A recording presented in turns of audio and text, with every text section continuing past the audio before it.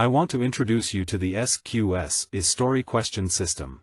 Always starting from an observation, in the first place it is always the observation.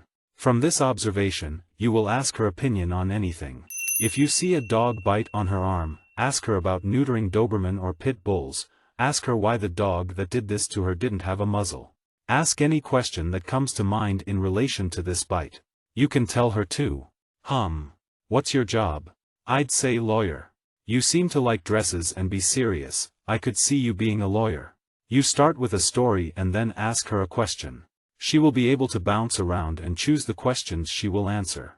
But it allows you to move the slider from 100% conversation to 80, then 70, then 60, until you reach equilibrium. Sometimes you will have blanks that are unavoidable, because you have nothing more to say.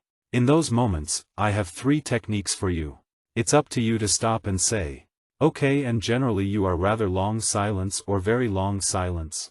This is the first technique. It allows you to destabilize the girl a little because she is not expecting it. The second way to avoid blanks and to use them well is to try the trick I call world champion.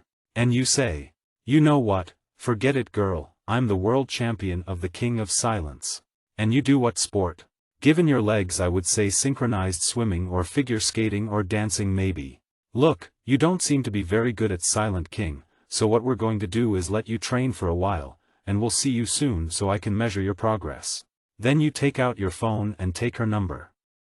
The third strategy to learn how to use a blank in conversation would be to say, hey, don't look at me like that, I'm not an easy guy, you won't get me that easy, you won't get me today. So I told you I was in a hurry, I'll take your number and we'll see you later this week.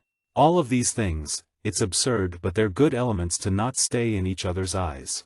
Because when you have nothing more to say, that's the end of the conversation and it introduces an awkwardness, it introduces some tension in the conversation. You were very fluid up to that point, you have nothing to say to each other, now it creates a certain tension. If you don't know how to resolve this tension, you take her phone number. There is a second way to resolve this tension when the conversation is dead, and there are 2 cases.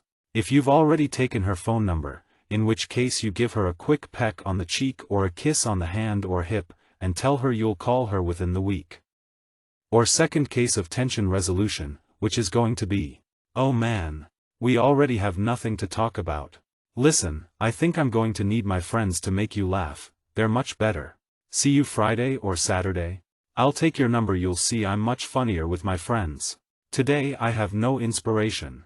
And by the way, get some friends too, because you're not that funny. You say it of course in the tone of humor.